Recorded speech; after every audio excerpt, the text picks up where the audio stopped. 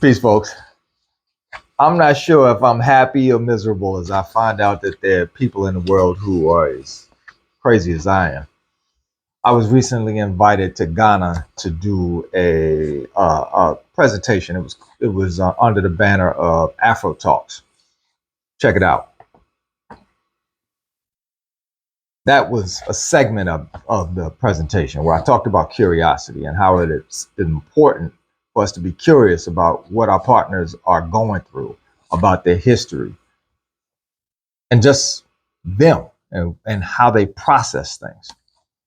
Well, I happened to come upon an article on the website Medium from 2018 where Devon Price touches on really the same thing. And it's interesting. It's kind of in a different realm. The title of the article is "Laziness Does Not Exist," and the subtitle is "But Unseen Barriers Do." And so I'm basically reviewing the article, talking about the article, but I'm related to relationships at the end. One of the things that Devon says is there's always barriers. Recognizing those barriers and viewing them as legitimate is often the first step to breaking lazy behavior patterns. Now that's related to us seeing ourselves. Now, in terms of how we see other people, Devon says it's really helpful to respond to a person's ineffective behavior with curiosity rather than judgment. All right. If a person's behavior doesn't make sense to you, it's because you're missing a part of their context. It's that simple. Then the solution instead is to look for what's holding the procrastinator back. What Devon is touching on is that or talking about is that it's important not just to label the person as a procrastinator or lazy or whatever it is we are calling our partner. It's important to see past that and to actually ask what's holding them back, and we get to be the support system to our partner that helps them move past whatever their challenges are. Rounding out the article, Devon says, I'm writing this piece.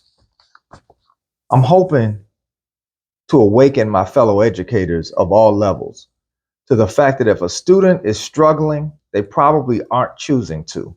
They probably want to do well. They probably are trying. More broadly, I want all people to take a curious and empathetic approach to individuals whom they initially want to judge as lazy or irresponsible. Now, I'm not saying that in our partnerships, we're judging our partners as lazy or irresponsible, but we may be judging them as something. And if we're judging them as something, let's take a close look at that. Because if a person is actively choosing to self-sabotage, and this is directly from the article, there's a reason for it. Some fear that they're working through, some need not being met, a lack of self-esteem being expressed. People don't choose to fail or disappoint. No one wants to feel incapable, apathetic, or ineffective. If you look at a person's action or inaction and only see laziness, you're missing key details. There's always an explanation. There are always barriers. Just because you can't see them or don't view them as legitimate doesn't mean they're not there. Look harder. And this is an opportunity that all of us, myself included, get to seize in our partnerships. Look harder. There's always something else going on past what we just see or past the labels that we've put on our partner. Take care.